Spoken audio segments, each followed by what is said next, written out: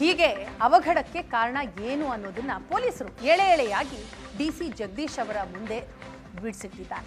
ಕಾಲ್ತುಳಿತ ಆದ ನಂತರ ವಿಜಯೋತ್ಸವ ಕಾರ್ಯಕ್ರಮವನ್ನ ಮೊಟಕುಗೊಳಿಸಿ ಜನರನ್ನ ನಿಯಂತ್ರಿಸಲಾಯಿತು. ಕಾಲ್ತುಳಿತ ಆರಂಭ ಯಾವಾಗ ಆಯ್ತು ಅದಾದ ನಂತರ ತಮ್ಮ ಸಿಬ್ಬಂದಿ ಪ್ರಾಣದ ಹಂಗನ್ನೂ ಕೂಡ ತೊರೆದು ಜನರನ್ನ ಕಾಪಾಡೋದಕ್ಕೆ ಮುನ್ನುಗ್ಗಿದ್ರು. ಜನರನ್ನ ತಾಳ್ಮೆಯಿಂದ ಸುರಕ್ಷಿತವಾಗಿ ವಾಪಸ್ ಕಳುಹಿಸಿದ್ದೇವೆ ಅಂತ ಪೊಲೀಸ್ ಅಧಿಕಾರಿಗಳು ವಿಚಾರಣೆ ಸಂದರ್ಭದಲ್ಲಿ ಹೇಳ್ಕೊಂಡಿದ್ದಾರೆ. ಅಂದಿನ ಬಂದೋಬಸ್ತ್ನ ಕುರಿತಾಗಿಯೂ ಕೂಡ ಸಂಪೂರ್ಣವಾದಂತಹ ಮಾಹಿತಿ ಕೊಟ್ಟಿದ್ದಾರೆ. ಈ ಮಾಹಿತಿ ಒಳಗೊಂಡಂತಹ ಲಿಖಿತ ಹೇಳಿಕೆ ಈಗಾಗಲೇ ಸಲ್ಲಿಕೆ ಮಾಡಿದ್ದಾರೆ. ಈ ಲಿಖಿತ ಹೇಳಿಕೆಯ ಜೊತೆಗೆ ಮೌಖಿಕ ಪ್ರಶ್ನಾವಳಿಗಳಿಗೂ ಕೂಡ ಪೊಲೀಸರು ಉತ್ತರವನ್ನ ಕೊಟ್ಟಿದ್ದಾರೆ.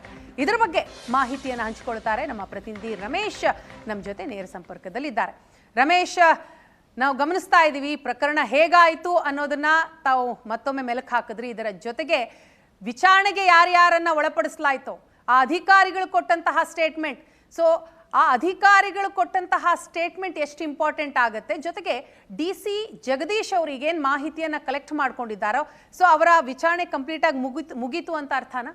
ಖಂಡಿತ ವೀಣಾ, ಅಂದರೆ ನಿನ್ನೆಗೆ ಅಂದರೆ ಓಪನ್ ಡೇ ಮುಕ್ತಾಯ ಆದ ನಂತರ ನಿನ್ನೆಗೆ ಮ್ಯಾಜಿಸ್ಟ್ರಿಯಲ್ ಎನ್ಕ್ವೈರಿ ಅಂದರೆ ಜಿಲ್ಲಾಧಿಕಾರಿ ಡಿಸಿ ಅಂದರೆ ಜಗದೀಶ್ ಅವರು ಮಾಡ್ತಾ ಇದ್ರು, ಆ ಎನ್ಕ್ವೈರಿ ಮುಕ್ತಾಯ ಆಗಿದೆ. ಅದನ್ನು ಕನ್ಕ್ಲೂಡ್ ಮಾಡಿ ರಿಪೋರ್ಟ್ ಮಾಡೋದಷ್ಟೇ ಬಾಕಿ ಇರುವಂಥದ್ದು. ಅಂದರೆ ಈ ಒಂದು ಎನ್ಕ್ವೈರಿಲಿ ಪ್ರಮುಖವಾಗಿ ಈ ಘಟನೆಗೆ ಕಾರಣ ಏನು ಅನ್ನುವಂಥದ್ದನ್ನ ಹುಡುಕುವಂಥ ಕೆಲಸಗಳನ್ನು ಈಗಾಗಲೇ ಎನ್ಕ್ವೈರಿಯಲ್ಲಿ ನಡೆಸಿರುವಂಥದ್ದು. ಅದರಲ್ಲಿ ಅಮಾನತಾದಂಥ ಅಧಿಕಾರಿಗಳು ಮತ್ತು ಅವತ್ತು ನಿಯೋಜನೆ ಆಗಿದ್ದಂಥ ಅಧಿಕಾರಿಗಳು ಅಂದರೆ ವಿಜುವಲ್ಸಲ್ಲಿ ನೋಡ್ಬೋದ್ರೆ ಬೆಂಗಳೂರಿನ ಬಹುತೇಕ ಎಲ್ಲ DCPಗಳು ಅವತ್ತು ಅಲ್ಲಿ ಒಂದು ಕರ್ತವ್ಯಕ್ಕೆ ನಿಯೋಜನೆ ಆಗಿತ್ತು. ಅವ್ರಿಗೆಲ್ಲರನ್ನೂ ಕೂಡ ಅಲ್ಲಿ ವಿಚಾರಣೆಗೆ ಕರೆದು ನೋಟಿಸ್ ಕೊಟ್ಟು ವಿಚಾರಣೆಗೆ ಒಳಪಡಿಸಲಾಗಿದೆ. ACPಗಳು, ಇನ್ಸ್ಪೆಕ್ಟರ್ಗಳು ಎಲ್ಲರನ್ನೂ ಕೂಡ ವಿಚಾರಣೆಗೆ ಒಳಪಡಿಸಿರುವಂಥದ್ದು. ಅದರಲ್ಲಿ ವಿಶೇಷವಾಗಿ ಇದರಲ್ಲಿ ಒಂದು ಕಡೆ ಕರ್ತವ್ಯ ಲೋಪ, ಇವರು ಅವರ ಒಂದು ಕರ್ತವ್ಯವನ್ನು ಮಾಡುವಲ್ಲಿ ವಿಫಲರಾಗಿದ್ದಾರೆ ಅಂತೇಳಿ 5 ಜನ ಅಧಿಕಾರಿಗಳನ್ನ ಅಮಾನತ್ ಮಾಡಲಾಗಿತ್ತು. ಆ 5 ಜನ ಅಧಿಕಾರಿಗಳ ವಿಚಾರಣೆಯಲ್ಲಿ ಕೊಟ್ಟಂತ ಒಂದಷ್ಟು ಉತ್ತರಗಳೇನಿದೆ ಅದು ಅತ್ಯಂತ ಪ್ರಮುಖವಾಗಿರುವಂತಹ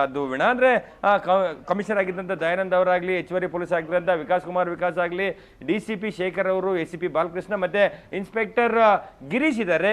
ಇವರು ಒಂದಷ್ಟು ದಾಖಲೆಗಳ ಸಮೇತ ಒಂದಷ್ಟು ಎವಿಡೆನ್ಸ್ಗಳ ಮೂಲಕ ಜಗದೀಶ್ ಅವರಿಗೆ ಒಂದಷ್ಟು ಮಾಹಿತಿಗಳನ್ನ ಕೊಟ್ಟಿರುವಂಥದ್ದು. ಅದರಲ್ಲಿ ಪ್ರಮುಖವಾಗಿ ಅವತ್ತು ಘಟನೆ ನಡೀಲಿಕ್ಕೆ ಪ್ರಮುಖವಾದ ಕಾರಣ ಅಂದ್ರೆ ಟಿಕೆಟ್ಲೆಸ್ ಎಂಟ್ರಿಯನ್ನ ಕೊಟ್ಟಿದ್ದಂಥದ್ದು. ಅಂದ್ರೆ ಮರುದಿನವೇ ರಾತ್ರಿ ಮ್ಯಾಚ್ ನಡೀತದೆ, RCB ಗೆಲ್ತಾರೆ, ಬೆಳ್ಳಂಬೆಳಿಗ್ಗೆ ಎದ್ದು ಯಾರ ಅನುಮತಿಯನ್ನು ಪಡೆದೆ ಅಟ್ಲೀಸ್ಟ್ ಪೊಲೀಸರಿಗೆ ಒಂದು ಇನ್ಫಾರ್ಮ್ ಕೂಡ ಮಾಡದೆ ಈ ರೀತಿಯಾದಂಥ ಅನೌನ್ಸ್ಮೆಂಟ್ ಅನ್ನ ಏಕಪಕ್ಷೀಯವಾಗಿ RCB ಮಾಡುತ್ತೆ. ಮತ್ತೆ ಯಾವಾಗ ಪೊಲೀಸರ ಗಮನಕ್ಕೆ ಬರುತ್ತೆ ಎಲ್ಲವಾಗ್ಲೂ ಕೂಡ ನಾವು ಈ ಒಂದು ಸಂಭ್ರಮಾಚರಣೆ ಬೇಡ ಅನ್ನುವಂಥದ್ದನ್ನ ಸ್ಪಷ್ಟವಾಗಿ ಹೇಳಿದ್ದಾರೆ. ಅದು ಅಲ್ಲದೆ ಇಮ್ಮಿಡಿಯೇಟ್ ನೆಕ್ಸ್ಟ್ ಡೇ ಬೇಡ ಅನ್ನುವಂಥದ್ದು. ಮತ್ತೆ ಜೊತೆಗೆ ಚಿನ್ನಸ್ವಾಮಿ ಸ್ಟೇಡಿಯಂನಲ್ಲಿ ಈ ಒಂದು ವಿಜಯೋತ್ಸವ ಇದೆ, ಅದು ಸರಿಯಾದಂಥ ನಿರ್ಧಾರ ಅಲ್ಲ. ಯಾಕೆಂದ್ರೆ ಹೆಚ್ಚು ಜನ ಬರುವಂಥ ಸಾಧ್ಯತೆಗಳಿರೋದ್ರಿಂದ ಇಲ್ಲಿ ಬೇಡ, ನೀವು ಬೇರೆ ಹೆಚ್ಚು ಜನರನ್ನ ಸೇರ್ಲಿಕ್ಕೆ ಅವಕಾಶಗಳಿರುವಂಥ ಜಾಗಗಳಲ್ಲಿ ಮಾಡ್ಕೊಳ್ಬಹುದು ಅನ್ನುವಂಥ ಒಪಿನಿಯನ್ ಕೂಡ ಅಧಿಕಾರಿಗಳು RCBಗೆ ಕೊಟ್ಟಿರುವಂತಹದ್ದು. ಸೊ ಆದ್ರೆ ಎಲ್ಲ ಒಂದ್ ಕಡೆ ಸರ್ಕಾರದ ಕೆಲವರು ಮತ್ತೆ RCB, DNA ಇವರೆಲ್ಲರೂ ಸೇರಿ ಪೊಲೀಸರ ಯಾವ ಸಲಹೆ ಸೂಚನೆಗಳನ್ನು ಕೂಡ ಕೇಳದೆ, ಯಾಕೆಂದ್ರೆ ಸಾಮಾನ್ಯವಾಗಿ ಯಾವುದೋ ಒಂದು ಇವೆಂಟ್ಗಳಾಗ್ತಾ ಇದೆ, ಈ ರೀತಿಯಾದಂತಹ ಒಂದು ಘಟನೆಗಳು ನಡೆಯುವಂತ ಸಂದರ್ಭದಲ್ಲಿ ಪೊಲೀಸರು ಎಲ್ಲವನ್ನೂ ಕೂಡ ಆನ್ ರೆಕಾರ್ಡ್ ಅನ್ನ ಅವ್ರಿಗೇನು ದಾಖಲೆ ರೂಪದಲ್ಲಿ ಸೂಚನೆ ಕೊಡುವಂತದ್ದಾಗ್ಲಿ ಅಥವಾ ಅವರಿಗೆ ಉತ್ತರವನ್ನು ಕೇಳುವಂತದ್ದಾಗಲ್ಲ, ಸಾಮಾನ್ಯವಾಗಿ ಮೌಖಿಕವಾಗಿ ಇದು ಬೇಡ, ಈ ರೀತಿ ಆದ್ರೆ ಹೀಗಾಗುತ್ತೆ ಅನ್ನೋದನ್ನ ಹೇಳುವಂತ ಪ್ರಯತ್ನಗಳನ್ನ ಮಾಡಿದ್ದಾರೆ. ಆ ಸಂದರ್ಭದಲ್ಲಿ ಕಮಿಷನರ್ ದಯಾನಂದ್ ಅವರು ಮತ್ತೆ ಇತರ ಅಧಿಕಾರಿಗಳು, ಸಂಬಂಧಪಟ್ಟ ಅಧಿಕಾರಿಗಳಿದ್ದಾರೆ, ಅವರು ಹೇಳುವಂತ ಪ್ರಯತ್ನವನ್ನು ಮಾಡಿದ್ದಾರೆ. ಆ ಯಾವ ಸಲಹೆ ಸೂಚನೆಯನ್ನು ಕೂಡ ಕೇಳುವ ಪರಿಸ್ಥಿತಿಯಲ್ಲಿ ಯಾರೂ ಇರಲಿಲ್ಲ ಅನ್ನುವಂಥದ್ದು. ಏಕಪಕ್ಷೀಯ ನಿರ್ಧಾರಗಳನ್ನು ತೆಗೆದುಕೊಳ್ತಾರೆ. ಟಿಕೆಟ್ ವಿಚಾರದಲ್ಲಿ ಬೆಳಿಗ್ಗೆ ಅಂದ್ರೆ ಏನು ಅಂತಿಮವಾಗಿ ನಾವು ಕಾರ್ಯಕ್ರಮ ಮಾಡೇ ಮಾಡ್ತೀವಿ ಅಂತೇಳಿ RCB ಮತ್ತೆ DNA ನಿರ್ಧಾರ ಮಾಡಿದ ನಂತರ ಒಂದು ಟಿಕೆಟ್ ಅನ್ನ ನೀವು ಕೊಡ್ಲೇಬೇಕು, ಅದು ನೀವು ದುಡ್ಡಿಗೆ ಕೊಡ್ತಿರೋ, ಫ್ರೀಯಾಗಿ ಕೊಡ್ತಿರೋ, ವಾಟ್ ಎವರ್ ಪಾಸ್ಗಳನ್ನು ಇದ್ದಂಥವ್ರಿಗೆ ಮಾತ್ರ ಎಂಟ್ರಿಗೆ ಅವಕಾಶವನ್ನು ಮಾಡಿಕೊಡ್ಬೇಕು, ಇಲ್ಲ ಅಂದ್ರೆ ಸಮಸ್ಯೆ ಆಗುತ್ತೆ ಅನ್ನೋದನ್ನ ಕೂಡ ಹೇಳ್ತಾರೆ. ಆದ್ರೆ ಮಧ್ಯಾಹ್ನದವರೆಗೂ ಕೂಡ ಟಿಕೆಟ್ ಅನ್ನ ಅನೌನ್ಸ್ ಮಾಡ್ತಾರೆ ಅನ್ನುವಂಥ ನಿರೀಕ್ಷೆಯಲ್ಲೇ ಪೊಲೀಸ್ ಇರ್ತಾರೆ. ಆದ್ರೆ 2 ಗಂಟೆ ನಂತರ ಏಕಾಏಕಿ ಫ್ರೀ ಪಾಸ್ ಅಂತ ಹೇಳ್ತಾರೆ. ಅದು ಸೋಷಿಯಲ್ ಮೀಡಿಯಲ್ಲಿ ಹಾಕುವ ಮೂಲಕ ಇದು ಫ್ರೀ ಪಾಸ್ ಅನ್ನುವಂಥದ್ದು.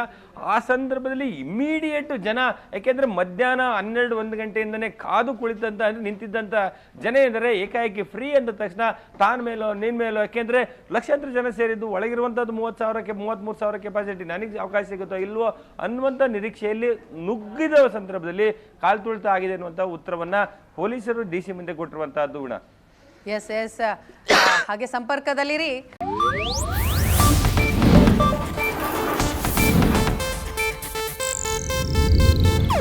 ಇದು ಏಷ್ಯಾನೆಟ್ ನ್ಯೂಸ್ ನೆಟ್ವರ್ಕ್ ಪ್ರಸ್ತುತಿ.